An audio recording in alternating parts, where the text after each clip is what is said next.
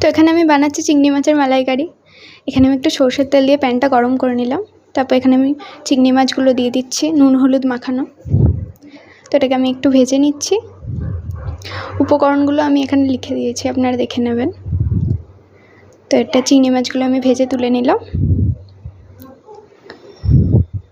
এবার আরেকটু তেল দিয়ে দিলাম। তেলটা গরম করে এখানে আদা রসুনের পেস্ট দিয়ে দিলাম। এটা একটু ফ্রাই করে নিতে হবে।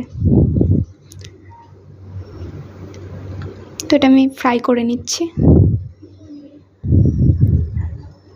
এটা একটু পেঁয়াজ বাটা দিয়ে দিলাম, এটাকেও একটু ফ্রাই করে নেব।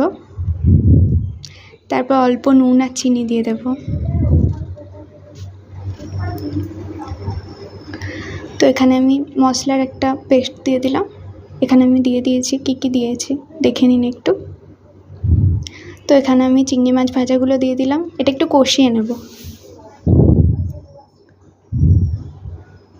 একটু ঢাকা চাপা দিয়ে রেখে দেবেন এটা। তারপর একটু নারকেলের দুধ দিয়ে দিলাম। এটা একটু নেড়ে নেব।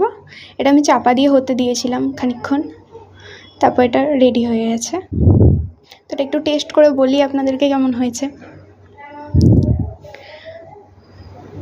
এরকম করে বানিয়ে বলবেন কেমন হয়েছিল। তো এরকম ভিডিও দেখার জন্য লাইক, কমেন্ট, শেয়ার, সাবস্ক্রাইব